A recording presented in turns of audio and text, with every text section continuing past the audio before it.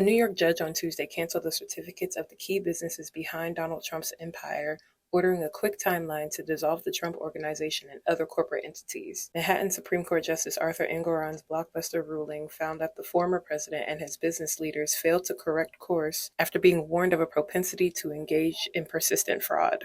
The same fate awaits any New York entity controlled or beneficially owned by Donald J. Trump, Donald Trump Jr., Eric Trump, Alan Weiselberg, and Jeffrey McConney under the terms of the order. Legal experts call that extraordinarily rare punishment the corporate death penalty. Trump's attorney Alina Habba vowed to appeal the decision, which she called fundamentally flawed at every level. Another Trump attorney slammed the decision as outrageous, saying it was completely disconnected from the facts and governing law. Trump may face up to $250 million in civil damages plus other penalties at a trial currently scheduled for October 2nd, 2023. Unless blocked by an appellate court within 10 days, the practical scope and reach of the decision will likely face fierce litigation by Trump's attorneys. The judge's ruling indicates the effect on his business empire could be massive. Engoron's order is limited to the New York corporations under his purview. Trump may have out-of-state entities that control aspects of his key businesses, but the Trump Organization is the umbrella entity behind hundreds of his companies. Shortly after New York Attorney General Letitia James brought her case, Engoron granted a preliminary injunction on the grounds that the AG had shown Trump's, quote, propensity to engage in persistent fraud, unquote. The judge also sanctioned Trump's attorneys for frivolous arguments, slamming their lawyering as egregious and indefensible. Trump's attorneys must each pay $7,500 in sanctions to the Lawyers Fund for Client Protection of the state of New York. Christopher M. Kise is also Trump's lawyer in the federal classified documents criminal case, scheduled to go on trial in South Florida next May. I've said it many times, but he invents reality every day to fit what he wants it to be.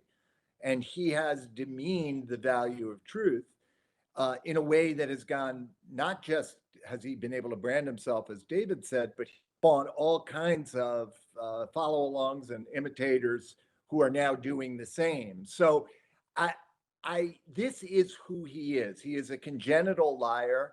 He is a sociopath in the sense that he doesn't have a conscience. So this doesn't bother him at all. This is the Donald Trump I met. This is the Donald Trump who existed at 10 years old, and it's the Donald Trump of today. We're so polarized now that I think, as David's saying, that for those who believe Trump is being treated badly, they'll continue to feel that. And for the rest of us, we will continue to believe that this is one more piece of evidence about who he is. It gives new meaning to the word surreal to imagine what David just said, that on the same day you could have a criminal conviction and the crowning of him as the Republican candidate for president. I mean, I don't see how, in a world where Trump ends up winning, losing in some of these cases, being convicted, and also becoming president, where democracy survives.